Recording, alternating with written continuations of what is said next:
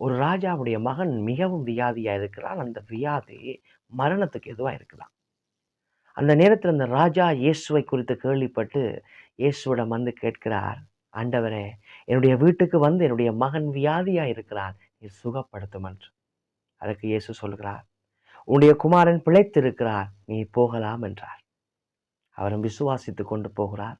போகிற பொழுது அங்கே ஆட்கள் வந்து சொல்கிறாங்க, உம்முடைய குமாரர் பிழைத்து விட்டார். அப்ப அவர் கேட்கிறார், எந்த நேரத்தில் இது நடந்தது என்று. அவர்கள் சொல்கிறார்கள், 7ஆம் மணி வேளையிலே தான் இது நடந்தது என்று.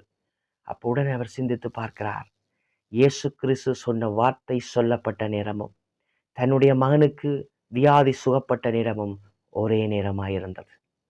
பிரியமானவர்களே, இயேசு எப்ப அந்த ராஜாவின் மகன் சுகமாய் இருக்கிறார், போகலாம் என்று சொன்ன அந்த கணத்துல ராஜாவின் மகன் பூரண சுகம் அங்கே கிடைத்தது.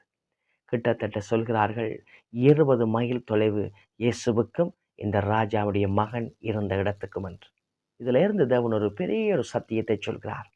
தேவனுடைய வார்த்தை வல்லமை உள்ளது. அது உலகம் முழுவதுமே, இந்த பிரபஞ்சம் முழுவதற்குமே கிரியை நடப்பிக்க வல்லதாய் இருக்கிறது. ஏனென்றால் இந்த பிரபஞ்சத்தை படைத்ததே அந்த ஜீவனுள்ள தேவனுடைய வார்த்தை. ஆகவே தேவ வார்த்தையை கொண்டு நாங்கள் ஜெபிக்கிற பொழுதோ, இல்லாவிட்டால் தேவ வார்த்தையை விசுவாசித்து நடக்கிற பொழுதோ, அது எங்குமே கிரியை செய்ய வல்லமை உள்ளதாய் இருக்கிறது. இதை கேட்டுக்கொண்டிருக்கிற உங்களிலும் நீங்கள் எந்தவித போராட்டங்கள் இருந்தாலும் தேவனை நோக்கி ஜெபியுங்கள். அந்த வார்த்தை தேவனிடத்திலிருந்து உங்களுக்கு நன்மையை உண்டு பண்ண வல்லதாய் இருக்கிறது. கர்த்தர் தாமே உங்களை நிறைவாக ஆசீர்வதிப்பாராக. ஆமென்.